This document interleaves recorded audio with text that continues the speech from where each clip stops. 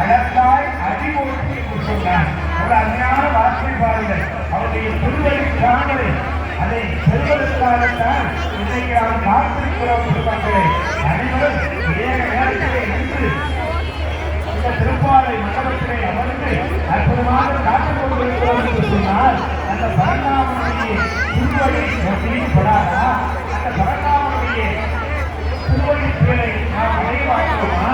அந்த பரந்தாமன் இன்றைக்கு நான் சொல்லுகிறேன். இந்த திருவள்ளுவர் இப்பொழுது முடிந்திருக்கிறது. அடுத்தபடியாக தெப்பத்திலே கொண்டிருக்கிறார்கள். மதுரை மீனாட்சி சுந்தரேஸ்வரர் தை மாதம் அந்த பூச நட்சத்திரத்திலே வண்டியூர் மாரியம்மன் ஆலயத்திலே அந்த தெப்ப திருவிழா நடைபெறும்.